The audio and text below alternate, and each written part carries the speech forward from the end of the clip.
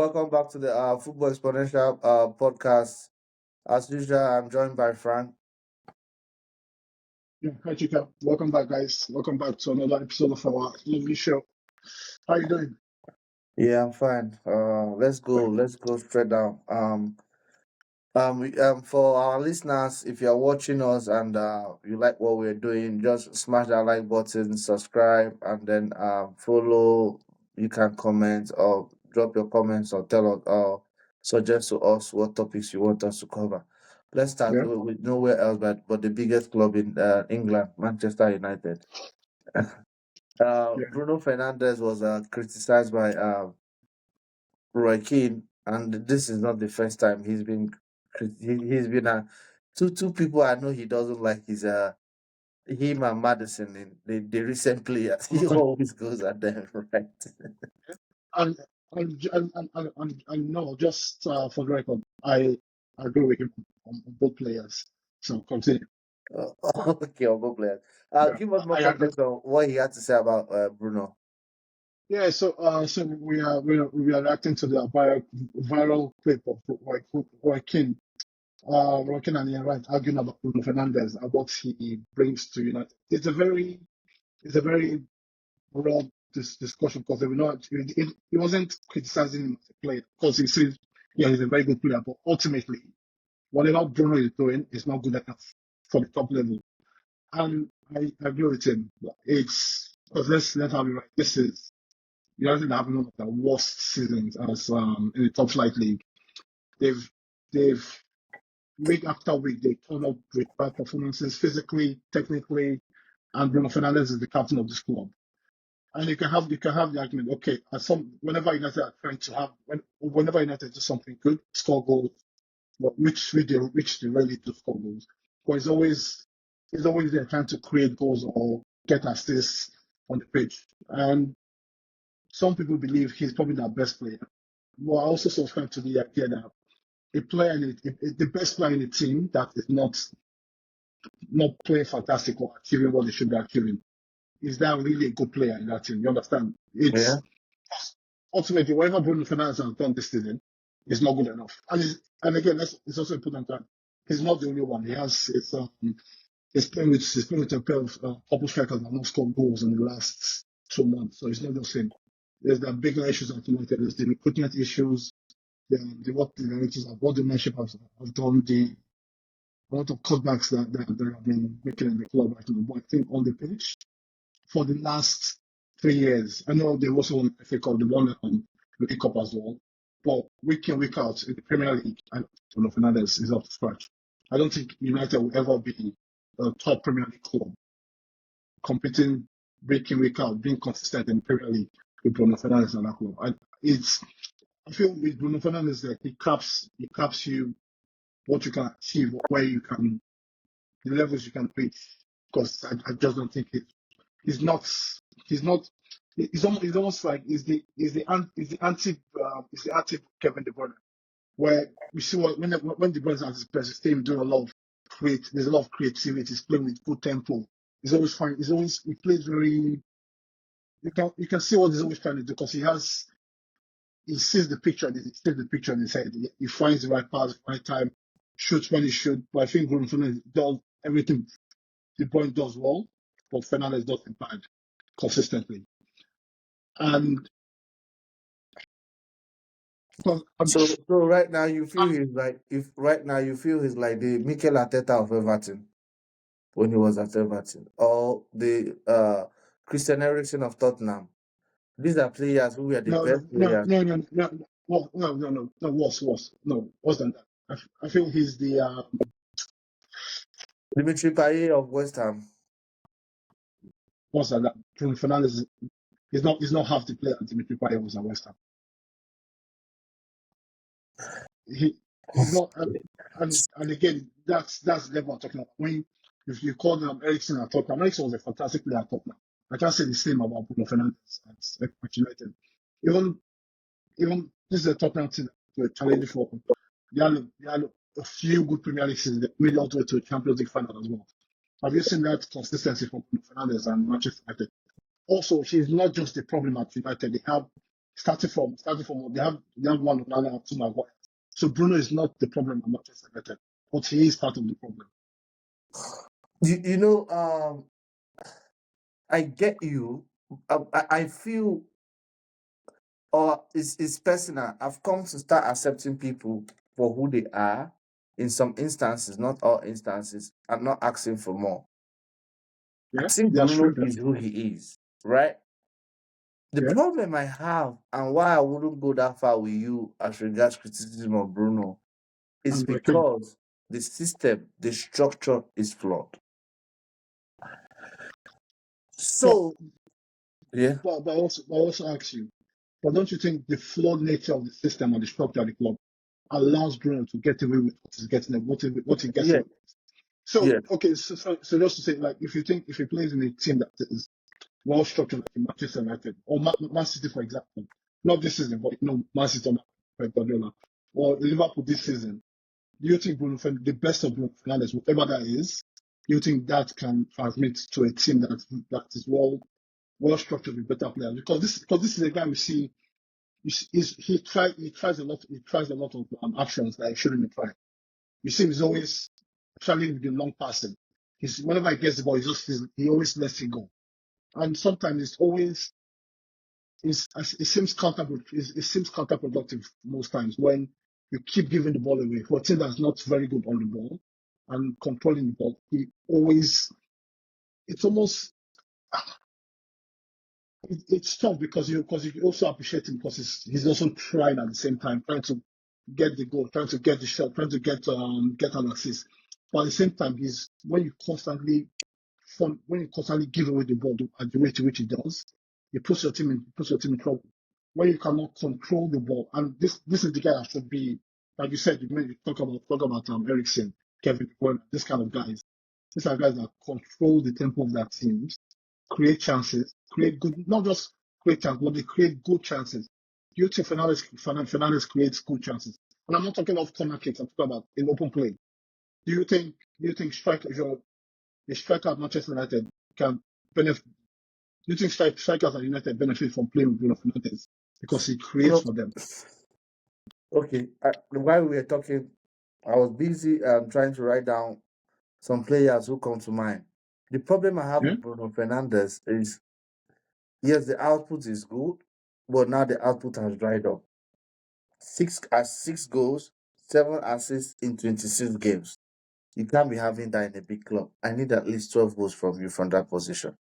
Now, but it's yeah. not just the assists. He was giving me those numbers before.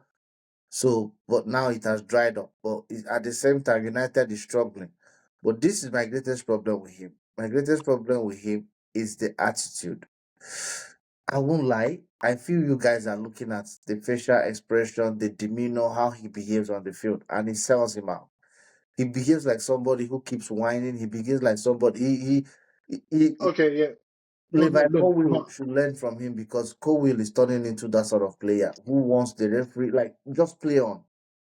But Yeah, also what you guys fail to understand is not what you guys. What I've understood from my own side is that the problem I have with him, the second problem I have with him is his style of play. If you are that good, then you should play across all play sector good. really good. You should play in any position. One of the things that made De Bruyne excellent or perfect was he could play deep, he could play forward, he could play right. If you remember, David Silva could be stationed somewhere else, Foden could be stationed somewhere else. De Bruyne was always playing different positions. Fernandes cannot play deep. Because look at what I'm trying to say. If you have a player like, let's assume you have Emmanuel Ogate or you have a Meno, and Meno is plays and Menos and United is like, oh, focus on the defensive side. Let this guy have the freedom to move up and down.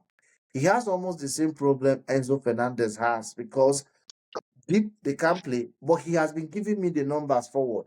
But he's not just the player who has that sort of problem. Ebere Chieze has that problem. They have to touch the Okay. ball. They have to feel the ball. They have to constantly have the ball on their feet in order to be dangerous. Ibrahim Chiesa has that problem for Crystal Palace. Morgan Gibbs White has that problem for Nottingham Forest. Kupama has that problem for Chelsea. Now, The difference is that can he be a Morgan Rogers, for example? You look at Rogers of Aston Villa. Sometimes he's with the ball, sometimes he doesn't have the ball. He can decide not to. No, when I mean Kupama can be dangerous on the side, right? He doesn't really Yeah, need the ball every time, but he has to have the ball because he's your best player. So yeah, you ask exactly. me a question: can Bruno Fernandes be this good if he plays for Liverpool? If he plays for another side? No. Why? If he plays for a good team, Yes, Odegaard doesn't have the ball most of the time. Saka can have it, but he's also dangerous. Declan Rice can have the ball. Odegaard is dangerous. But Fernandez is not that sort of player. Fernandez is the sort of player that he wants the ball every time. So now, when you're that sort of player that wants the ball every time, the team has to function with you. You have a bad game, the team goes down. You have a good game, the team goes up. And I don't think he's that sort of player that can consistently win you games. He's not a Kevin De Bruyne sort of player. But where I differ from you guys is he can make do with help. He can make do with another yeah. sort of I- superstar in the team. But the problem is you get him a superstar, he becomes ineffective. You look at his game for okay, Portugal, for example. okay. So okay, and I think that's a good point you made. And when Bruno Fernandes got to Manchester United, he went into a team that had a lot of quality at the time, but they were not really at their best form when he got into the team. But when he got in, there was Rashford, there was I think there was Rashford, Lingard, um, the guy that went to Marcel, the ultimate guy, Pogba. And what Pogba allowed him to do was Pogba allowed, Pogba allowed him to operate in the final third of the pitch. He didn't really have to drop deep, get the ball, and create chances. When you have a player that's attacking on the edge of the box, shooting with high volume and trying to create chances, that is how you get the best of Bruno Fernandes. And if you look at it statistically, especially in the Premier League, we're talking about Premier League football right now, you see his numbers started to drop once Pogba's influence in the team started disappearing. Yeah, exactly. Because he got to a point where, like you said, he does need help. Because when he's trying to play as a two-way player, trying to create, score, control the game as well at the same time, it, it's terrible. So if you can get players around him, but also if you can get quality players around him, you can probably get the best out of him. But I still feel at some point, but this team needs to evolve into a consistent Premier League team or a consistently good Premier League team. No, I'm not talking about even challenging for titles. I'm talking about challenging for top six positions in the Premier League. I don't think they can do something with Fernandes But because what he requires is very difficult to get in football. Because no, what Fernandez requires to be at his best is a defensive good guy, defensively solid guy like maybe a Caicedo or Bruno Guimaraes, for example, who persistently plays behind, doesn't really go forward, allows him to do all the job forward, and then a so very good striker like Isak who converts his okay, chances. so Because if you get another player by his side who has the ball, if you look at Liverpool, Salah has the ball most of the time. If but Bruno but also stops, Salah's what Salah does with the ball is very that's what I'm saying. But economic, people, economical. What he does with the ball, you don't always see Salah trying to trying trying to make mind-bending passes, trying to take outrageous shots. He's balanced with his decision making, and I feel that's Bruno's problem. And also, it's not it. I don't know if the captain man has helped him or where he feels he has to do everything on the pitch, where he needs to make those tackles, he needs to go and press, he needs to drop deep to get the ball from the defenders. He seems like a player that's stuck in different modes where he's at the same time trying to control games, be the playmaker in the team, and be the goal scorer in the team. And that's because of mostly bad recruitment. And I agree with the point that he's been our best player this season. But and I feel what Roy Keane was trying to say, which I understand, was that as good as this player is, as important as this player seems to this team, it's whatever he's done this last 2 years is not enough. If it's the pressing, if it's the running, if it's the controlling of games, if it's goal scoring, the creating for his teammates is not good enough. Because again, it's not like he's had 6 goals this season. No, 6 goals and no, 7 assists. It's not like it's we're not talking about Kopama numbers last season where Kopama was the shining light in a dark tunnel last year at Chelsea. We're talking about a player that still now in his own game, he has some flaws in his own game. He's not the perfect player. And if you want to take it to you want to make it talk about it in simple terms, this is a guy this is a guy that is how this one, sorry? He turns 31 this year. So he's no longer he's getting to that it's close to the peak of his powers. But again, it's not a Bruno problem. It's a Manchester United problem. But people should not fall into this idea that because he's a player that's trying stuff that means he's a fantastic player. I don't think Bruno is a fantastic player. I think he's a very good player, but not a fantastic player. no. But this is also, hold on. This is also what I want you to put into context or take into context. I still jotted a lot of players. There are some players that have to be the face of the team. Everything has to Yeah, be run through them. yeah, They have a bad game. Sometimes they have a bad game. Most of these yes, players had very successful, deadly strikers played ahead of them. Some did not have. It was the team. But the team was structured in their way or in the way they play that they were the heart, soul of the team. Right? Now, you look at Wesley Sneijder at Inter Milan. He was that sort of player. You yeah, look at Eddie Hazard, he was that sort of player.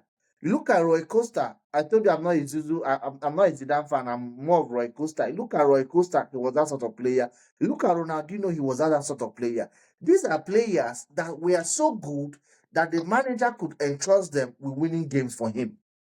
Right yeah, yeah, now, Fernandes is not in this league. He's not. yeah.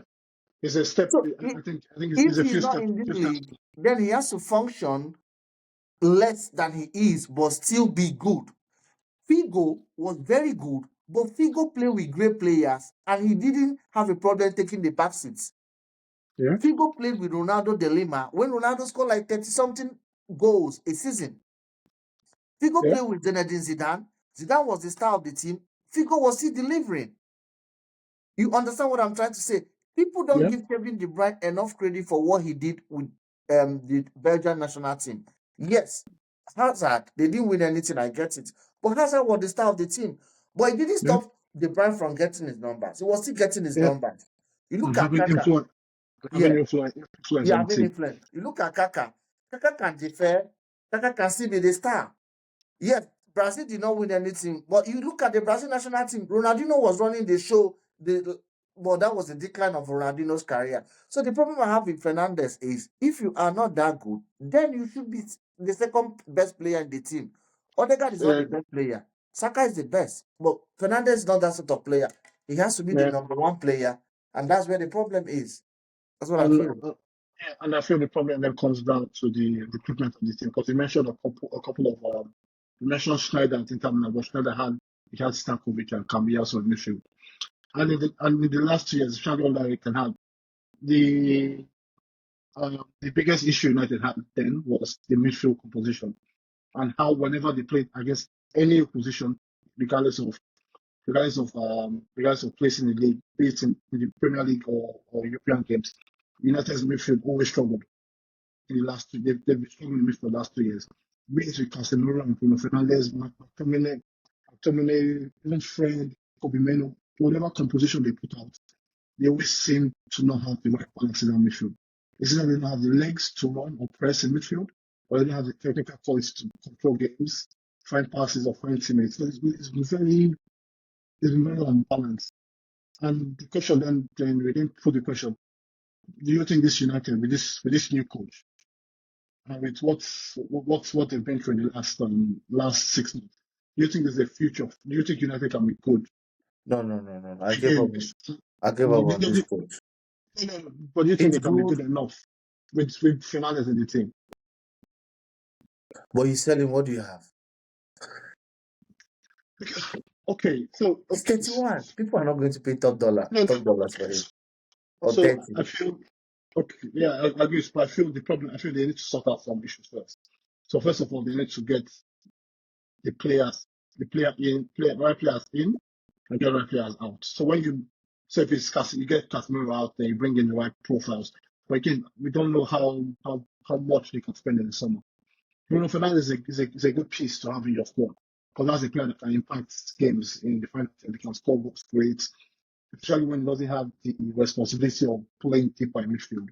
So that's where I there's still a lot of questions about United. If is Amorim the right guy to take this thing forward? Is it will Bruno Fernandes even consider leaving the club at some point because this is getting like getting a bit well. I think it's like it's still young. But at some point, you look around like, okay, I'm not getting a bit younger. Can I try my luck somewhere else? Be it in Italian football, be it go to France.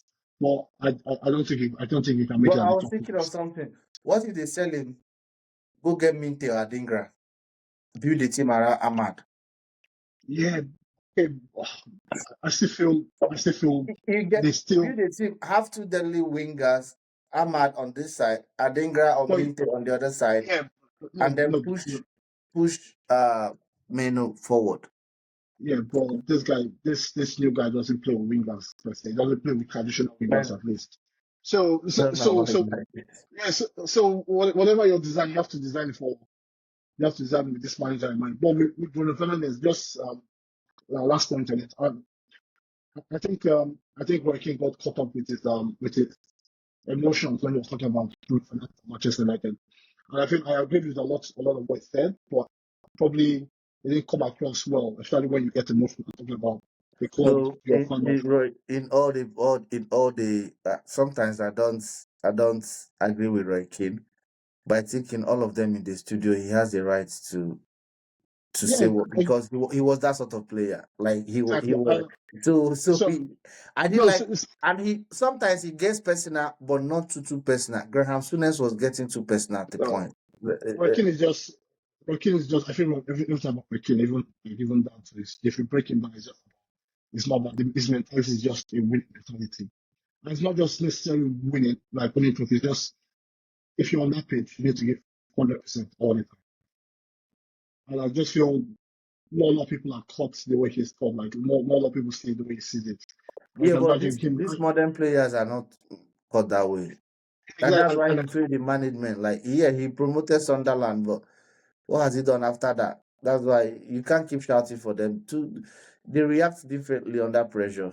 uh, Uh, I can understand. I can understand how he feels whenever he sees Bruno Fernandes just failing to press effectively, then throwing his hands shouting, talking to teammates.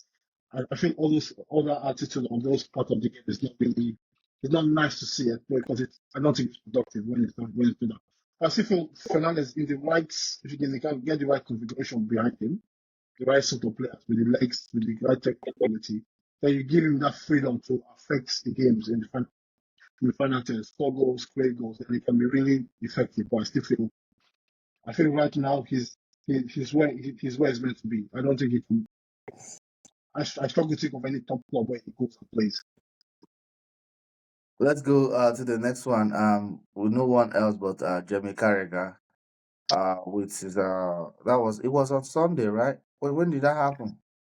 Was on Sunday after the Was it Liverpool Sunday or match. after the champion or Tuesday after the Champions League game? No, Sunday after Liverpool beat Man City in the Premier League.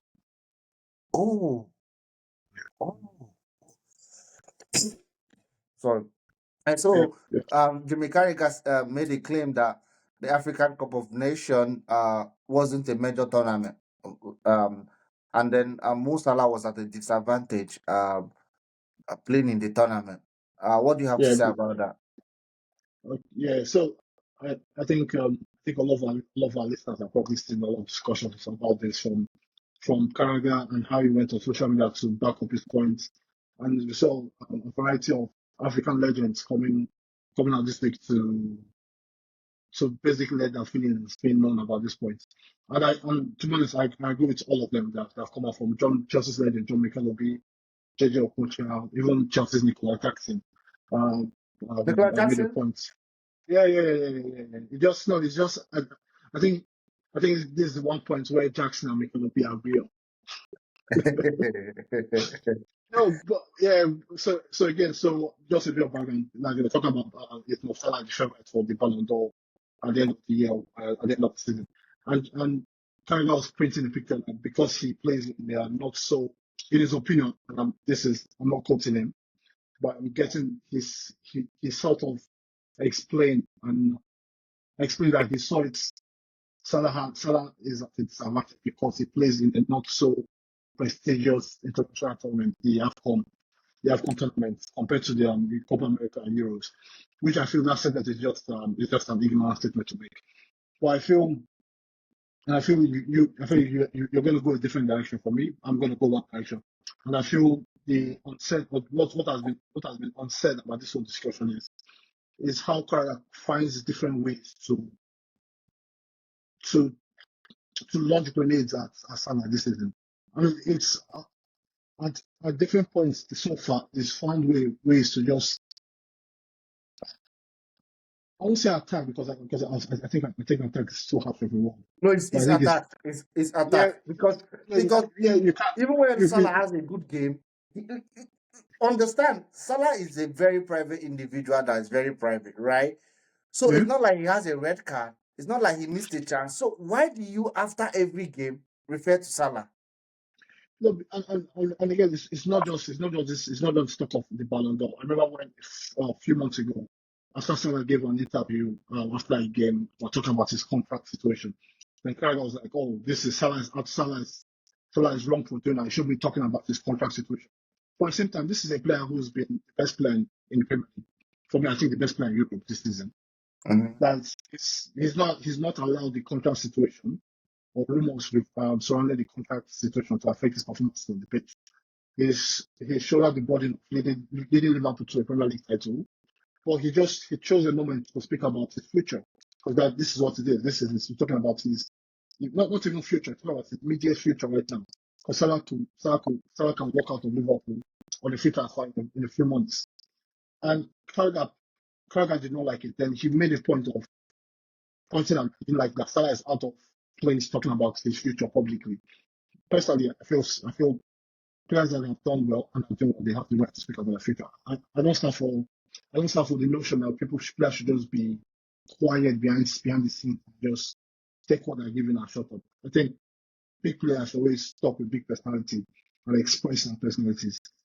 Then this whole discussion about Kopama again, or when he says Kopama has been the best player in the league, he said this season when Salah was still in this form.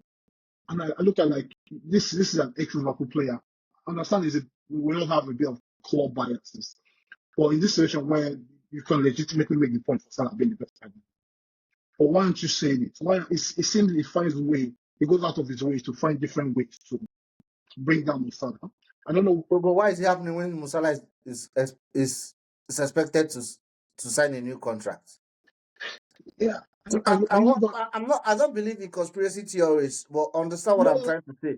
Why is it exactly. happening? He has been he wasn't this hostile to Musala until this contract talks started.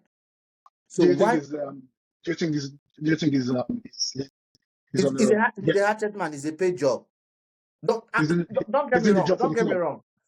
I'm not saying he's getting money from the owners or from the Yeah, yeah. executives in Liverpool, but I'm saying it's either he's doing it to enhance his reputation with the Liverpool owners, with the hierarchy or whatever, or he's doing it in order to give reasons why Liverpool did not offer Salah a contract when Salah walked.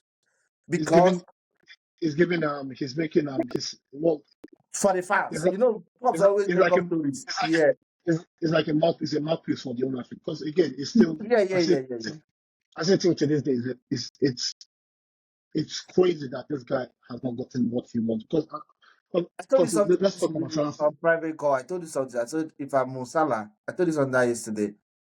I also feel that maybe I'm acting out of emotion. I think mine is emotion, but I shouldn't be begging to get a contract. If No, by January I don't have that abs- contract, I'm walking out, and, and I'm and joining because to me my legacy is not ruined. My legacy is what it is. No, again, Salah yeah, is even compared to Henry, which I feel Henry is bigger in the Premier League, but it depends on who you ask, right? yeah, Remember, it yeah. was Hazard. Now it's Henry. It tells you how in 2 years, Salah has improved his And keeps positive or whatever rating or whatever. But if Liverpool did not offer me that contract in January, I am leaving. And I'm joining a team that's ready to win now. And I know so many clubs are ready to break the bank for him. It might be yeah, yeah. Barcelona, it might be Real Madrid, it might be any No, club in the Premier League, it might be Man City. Understand what it might be PSG. I am Saudi, leaving. Maybe Saudi, PSG or whoever, but I'm leaving. Yeah, continue. and yeah, and this is where the interesting part, because it seems like it takes his. I feel most of his actions talking publicly about Salah takes away a lot of credit for what Salah has been doing. He finds negative lights to paint Salah with, and this discussion about what AFCON is just another point in his campaign against campaign against Salah, where he then belittles a brilliant tournament, bright, colorful, very competitive tournament like the African Cup of Nations. Probably that we saw, the last African Cup of Nations probably the best international tournament I've seen. I've watched in a long time. The excitement, the nature of it, it's a very hard tournament to win. And you see the way past The new African CAF president, players, Patrice Motsepe, has really done a good job with the CAF. it, He's it, really done a good job with it. The way and he not expanded just, it, made it more the format. They've done a very good yeah, job for it. and you see a lot of countries that have taking it serious way they're investing in the football development back home. Like a country like Morocco who made it all the way to a World Cup semi final. Yeah, Was it yeah, a World yeah. Cup semi final a few years ago. And you see how Morocco have developed their home base infrastructure in football. A lot of countries are doing the same as well. It's not something that should be laughed at. Or a player coming from African nation should not be deemed as not on the level when it comes to the Ballon d'Or discussion because of its nationality, because the African Cup of Nations does not carry the same weight as the Euros or Copa America. Because also what's his name?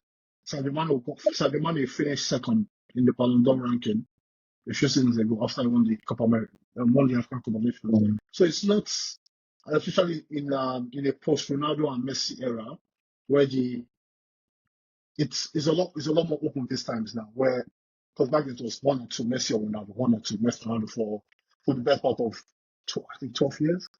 But now I think like this is especially this with no international tournament to help balance the skills. I feel Salah is the front runner for the Ballon d'Or right now, and rightly so. But when you have a club legend like Carragher, not that cannot see and emphasize what Salah has been doing, and also champion him at the same time.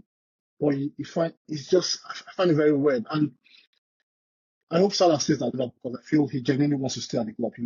He's found a home at the club. He loves the club, and again, just this is you can always talk about the business of football and a lot of analytics, looking at players' age, trying to balance the skills, what they earn, and what's depth and the length of their contract. But sometimes you just have to reward good service. Sometimes if you give Salah, you find a way to get around it.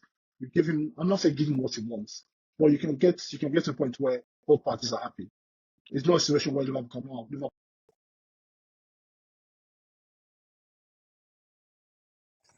So as regards the where AFCON, you cannot afford. yeah, continue. No.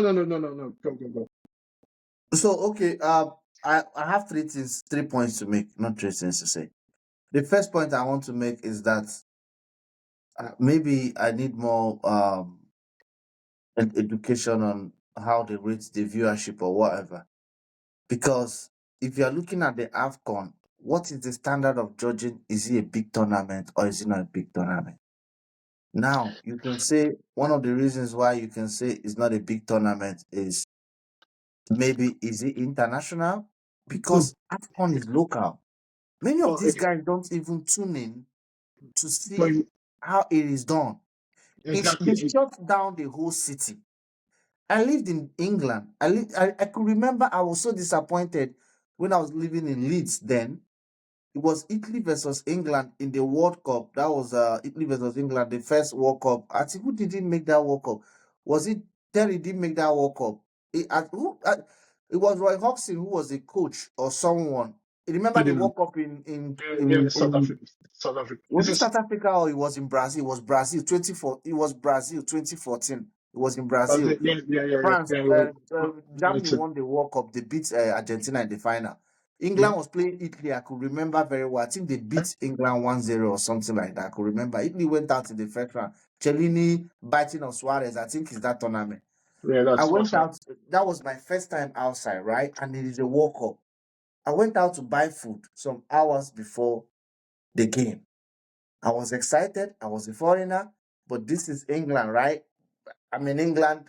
I don't have any affinity with Italy, right? So I started feeling, oh, because I think I don't think Nigeria made it to that particular World Cup. We made it to South Africa. So I was like, oh, maybe I'll just have to support England for today. I went into the shop to buy something. And everybody there, there was no TV. People were just going about their business, right? I was shocked. I bought what I was buying and then came home. I found out that some of them were saying they were rooting against England. And I'm like, this is different. So, in essence, even in the AFCON, that is not a World Cup, if you go to African countries, the streets are dead on those days they're playing the game. Yeah, Everybody's tuning in. And the celebration starts from the moment they win it till they come home. You understand what I'm trying to say? So I think it's ignorance. And Simon Jordan was saying it's not ignorance. Maybe the person needs some education. Why I say it's ignorance is your job. We're not talking about exactly. some politics here. We're talking about something you should be doing. Why are you This, stuck in your past or in what you know instead of trying to know more? yeah, So if exactly. yeah, And and I think a plan like Carragher comes from the generation of players where they've seen vast where vast majority of African players were successful in the Premier League, where you see the likes of JJ Okocha, Elat Diop, uh, DJ Drogba, Samuel this kind of players you played against. You've seen how dominant and how successful they were in English football and European football. Why why not? But again, it's it's just not. disrespectful because Yeah, yeah, some of the clubs, I heard some things some of the ex-players said. Something Kufo, is it Samuel Kufo, no, once but yeah, said that Bayern offered him money in order not to play for AFCON. So I'm saying it's like telling a European player not to play in the Euro. but So and again, I also feel the one of the biggest issues that AFCON faces is the fact that it's held during the season, and and that's where you get comments like even like both Nigeria, we've seen in the past there have been a few Nigerian players that have refused the call up to AFCON competition because they feared losing their spots in their domestic teams, and it's a situation that happens. I feel, but at the same time, this is when talk about broadcasters, advertisers, people who invest into the business of football. If they start taking this competition, because again, this is like we both take it seriously. People on the continent in Africa take it seriously. People in this country, this legend, people that play football, they all want. They know that they don't win an African combination because until this day, that's probably one of his biggest regrets as a football player. uh, And this is, but with a European eye, because they don't see it the way we see it. They don't publicize it the way we publicize it. So it doesn't come across, the meaning doesn't come across, or doesn't translate across that divide, that cultural divide. But at the same time, again, but that is no excuse for ignorance, especially with a player like Jamaica who's as it's quite well. I think in terms of media space, it's as big as it gets in English football, where you should do your homework. And last point is I was pleasantly pleased to see how his colleagues, Mike Richards and Tyler yeah. Storage, as he made the same, they immediately just told like, no, you've got this wrong. You're talking out of turn right now. And if you notice, Rakim didn't join that conversation. A Yeah, whole exactly. No, like no, this is where you know because it's, Rakim, if Rakim knows them, reads the no, room because better than you, they have a yeah, but problem. yeah, but again, this just because I always hate to bring up what players have done in the past. But could it just be a situation where he doesn't understand the importance of international football, especially a player that was always on the fringes of international football with his country, England?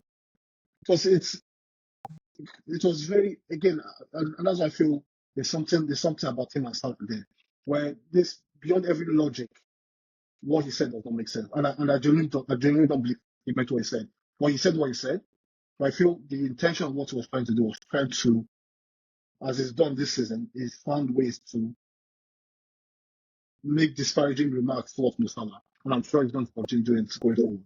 But we'll see. I, I will need your help in something. Let me make my second point. I'll be very quick about this. Secondly, when will people start saying, maybe I'm the only one, do you know the Copa America is no longer as interesting as it was for me growing up? They, They, I feel it's like they've watered it down, and it's like every time it's Argentina and Argentina. I remember back then where Venezuela could get to the final. It is so I'm looking at, and then it becomes so physical. You see red cards flying. So at the same time, are we now saying the Copa America is not relevant? You understand what I'm trying to say? Are we now saying because to me the Copa hasn't been what it is Yeah, back because there's like when? it's like what's it called? It's like cocaine. When you get pure cocaine and you start cutting it, you dilute the quality, then it becomes stepped on. Shout out to my guys from Hawaii. So I don't feel the overall product of the Copa America has been stepped on. They had different years where generally I don't know the time scale of the Copa America anymore. I don't know because it was the same cycle of the Yeah, African Cup yeah. of Nations and the Euros as well, because it's always between World Cup years. But because they had different Copa Americas where they moved it to different countries, and they added different. They added that. I think they added yeah, they added This Canada. one in the US, they added it was the They they mixed had up. they added a lot of teams. Yes, a lot of teams outside South America. And again, just I feel they added more tournaments, or they did it multiple times just to aid a certain Argentine to get one of them. To So, win it, yeah. but To Messi. but as That that's then let me give my second point. But then this is where you have to help me. How is the Ballon d'Or voting done? Every FA has a vote, right? so it's I think it's journalists. There are certain journalists that have votes. International captains as well vote as well. Then federations. I think head of federations vote. I'm not. I think I'm about 50% But sure. do you know where I'm going to? You know, Yeah. maybe that is the very bad criticism of me.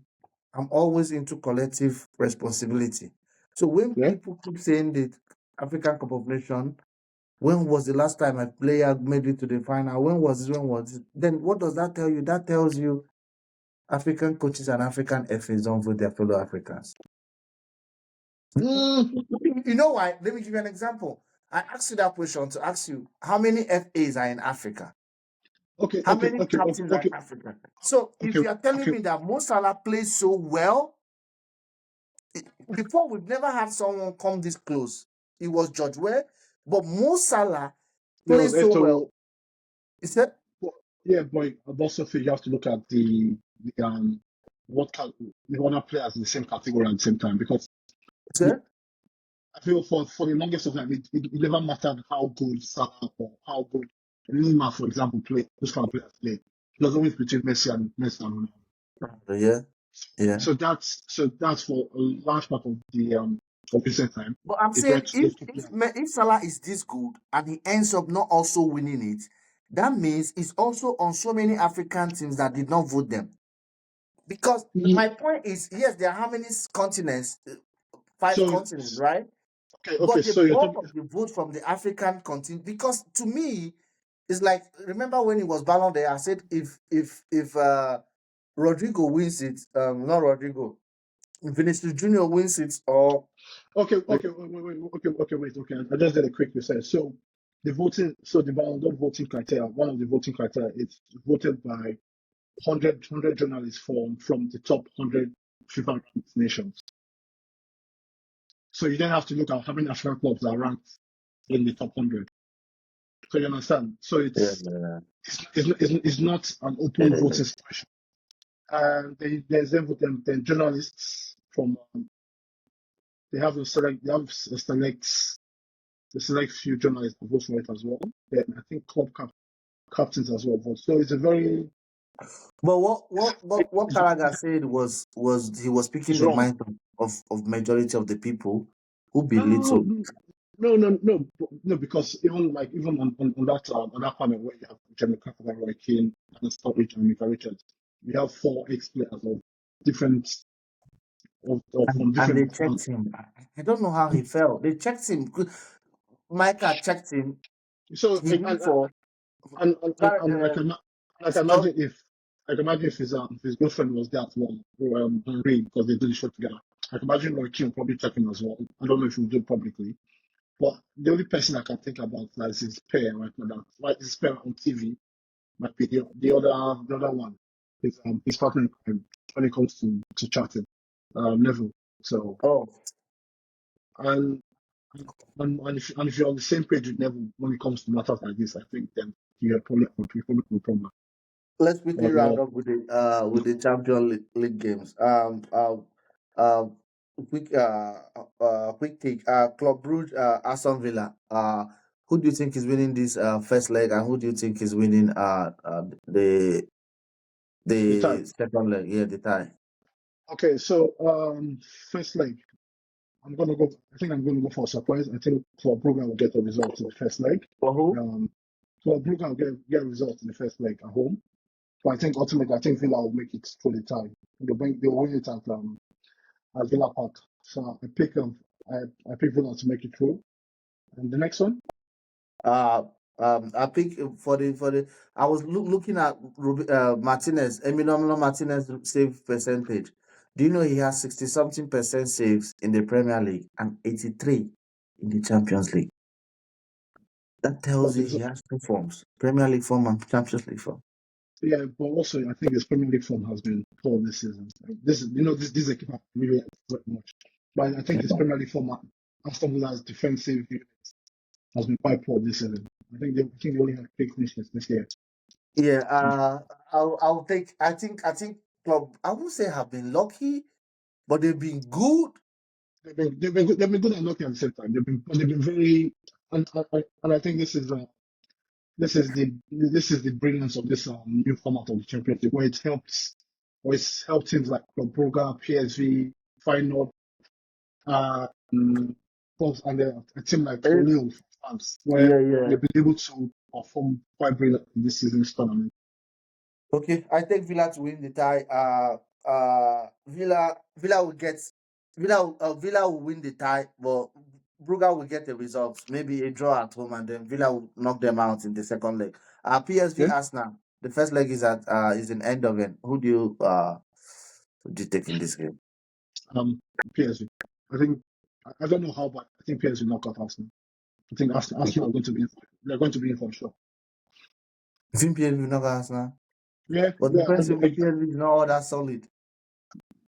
but yeah, But but Arsenal has been toothless. Arsenal has been they've been and I toothless in. think and I think this tie there's a bit of history in this particular tie.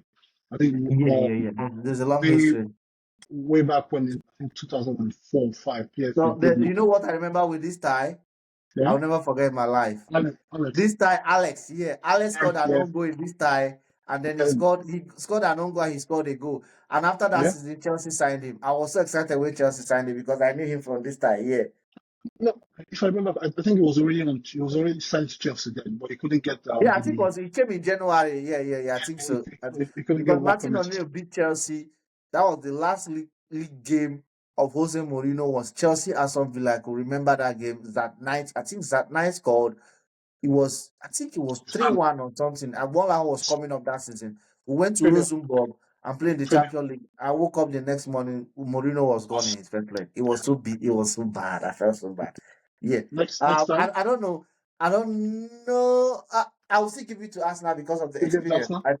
I think solid defensively. I don't think PSV is that solid. So But Um, who's going to score the goal for Arsenal? I give it to Arsenal. PSG can get win the first time, but I think Arsenal would head but them out. again, I'm sure. Like, I don't think Arteta has the best of records in knockout ties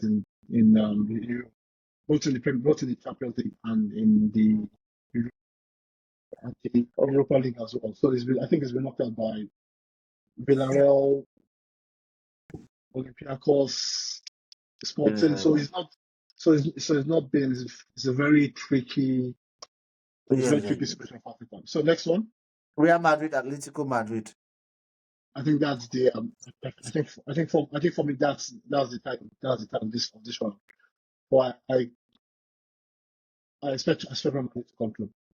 Real Madrid, So they have Madrid, a Real Madrid to make it through. They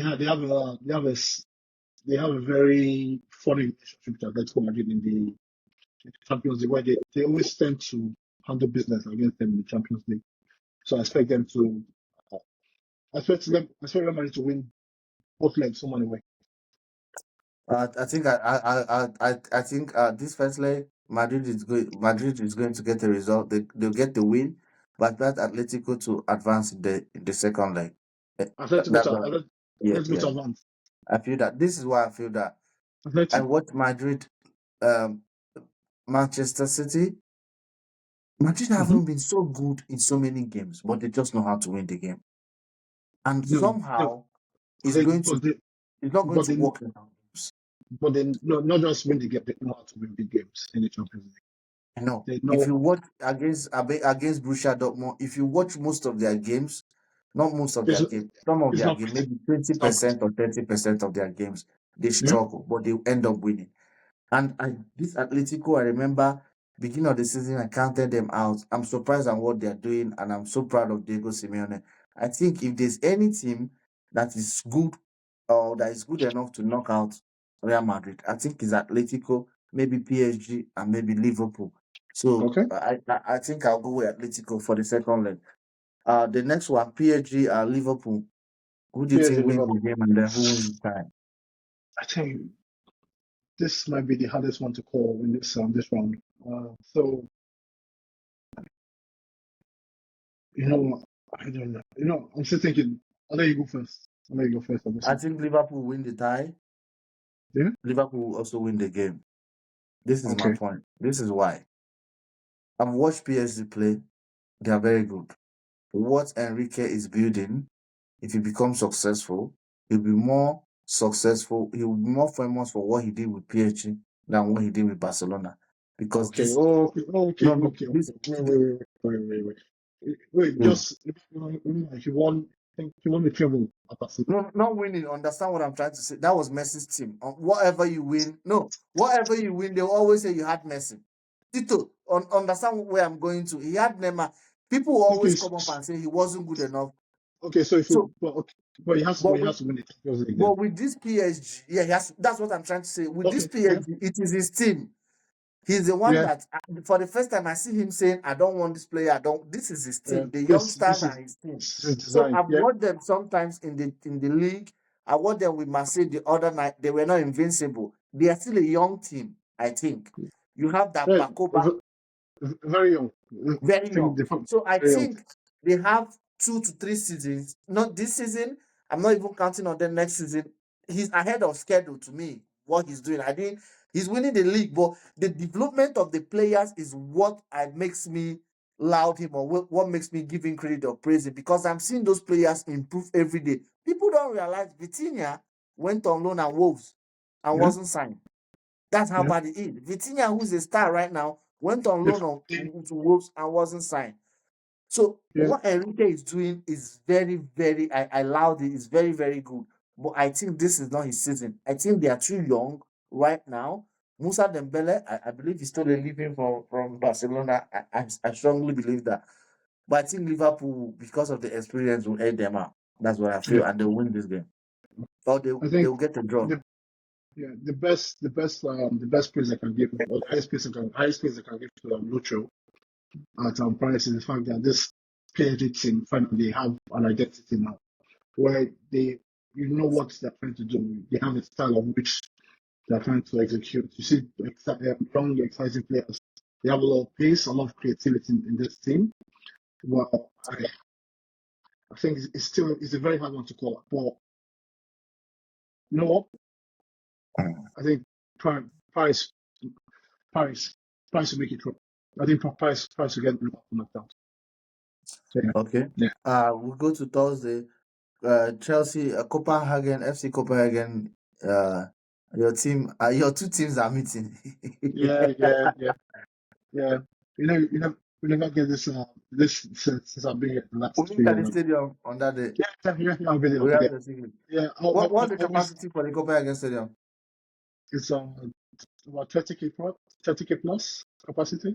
But I'm not sure if it's going to be a packed house the way we've had in a Champions League campaign because again this is the Conference League, so I'm not sure it's going to be a packed house. But one of the I was at the game we played a few weeks ago against one of the Bundesliga teams. It wasn't really an exciting turnout.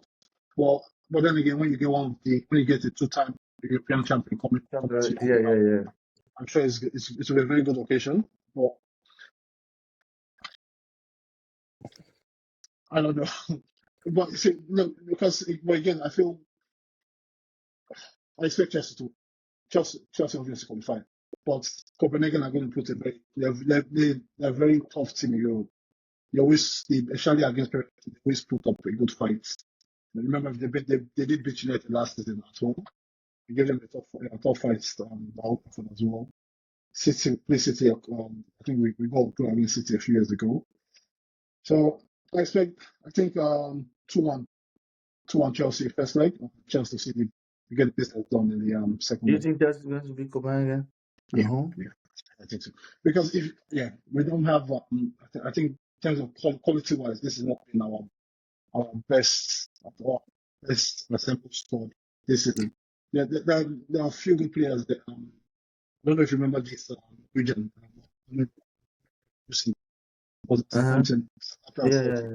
Yeah, it's been our best player this season. We don't really have a striker. The defense is a bit. Oh, Elimuso Defense has gone back.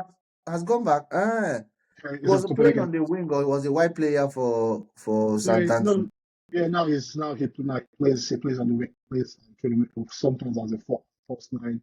But he's a top goal scorer this season. So I think they rise to the occasion. So it's going to be a very big occasion, and depends on how serious Chelsea turn up. So if Chelsea don't turn up with the right intensity, the right mentality, they could lose the game. But I feel if they turn up well enough, they have enough I quality. feel I feel Chelsea get a draw or lose, but Chelsea advance because the way Chelsea swept or ruled everybody over in the group stage, that was the group stage. Now they are meeting It's better knockout, opponents. and then No, I don't think it's going to be like the group stage. I don't think not so. Especially with the Chelsea, I see every week. It's been a and it, miserable. and it depends on the team Chelsea do put out on the day as well. Because if the likes of Caicedo, Palmer, If and Palmer already start to play, is ready to play, twice I think especially for this game, I expect him to put a strong lineup out. Chelsea, I okay. expect to see Zoe Palmer and the other billionaire players on the pitch. Let's go to AZ Alkmaar and Tottenham Hotspur.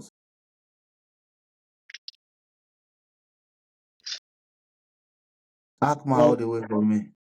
well, I think Tottenham are going to lose their win leg, well, the first leg, but they'll win it and go. Yeah. Me And too. I think they'll make it a bit further in the competition, but ultimately they won't make it past semis. I feel We have to shoot that Manchester United. these are two teams that have not had good seasons. They've not had a good season this year. I think Manchester United make it through. Yeah, they First haven't. leg, Sociedad in Spain. Yeah, Who do you think wins this first leg? I think first leg will draw, some 2-2 or 1-1 draw first leg. United win it in the win at Old Trafford. Oh, who? Anthony is Real Sociedad, right? No, Anthony's Betis, Real Betis. Betis. Okay. They always score. Yeah. Oh, one is Andalusia, one is Andalusia, one is in Bilbao area, the Basque. Okay, I Yeah. think I'll go with Sociedad winning this tie and then knocking out Manchester United. They've won some games. They came from behind against Ipswich, but I I like the think. fighting spirits. But Yeah. whatever the message is passing across, I can't say it. I don't say Yeah. it. But I Oh, think just before we go, we didn't talk about the German tie in the Champions League. Bayern Leverkusen and Bayern Munich. oh, Leverkusen, Bayern Munich. Yeah. I think Leverkusen. I mean, They, yeah. I think Bayern Leverkusen. Take Bayern Yeah. Leverkusen.